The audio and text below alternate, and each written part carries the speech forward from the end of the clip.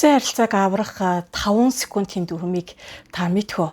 За энэ нь ямар дүрм бэ гэвэл яг тухайн мөчөд хосууд бие биендээ гомдсон сэтгэлээ эсвэл ууралж бухимдснаа илэрхийлээд ирэх үед нь 5 секунд чимээгүй болоод энэ миний дайсан биш, харин энэ миний хань.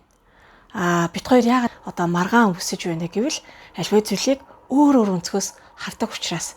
Тийм болохоор 5 секунд зогсоод юмыг жоохон уужуу, жоохон өргөн өнцгөр нь харах гад хичээе гэд бодох үед та хоёрын хэрүүл маргаан хэд их олон бие бинийгээ доромжилсан үгийг эсвэл хэд олон өдрөөр үргэлжлэхгүй харин тэрүүхэн тэмдээ бие бинийгээ ойлгох гэсэн тэр зүрх сэтгэлээр дуусах болно гэж бодож байна. За тэгээд эрүүл маргалдах бас маргааны дүрм гэж байдаг. Тэр нь юу вэ гэвэл яг одоо цаг дээр төвлөрнө өмнөх асуудлуудыг одоо сөхөхгүй гэсэн үг. За мөн өөр газар байгаа одоо жишээл орон нутагт байгаа аав ээжигээ дуудахгүй зөвхөн энд байгаа чи бит хоёрын талаар ярилцсан, өмнөх сэдвийн талаар ярихгүй. За маргалдаан хийх үедээ маргалдах үедээ хэлж болохгүй үг гэж байгаа, ярьж болохгүй сэдв гэж байгаа.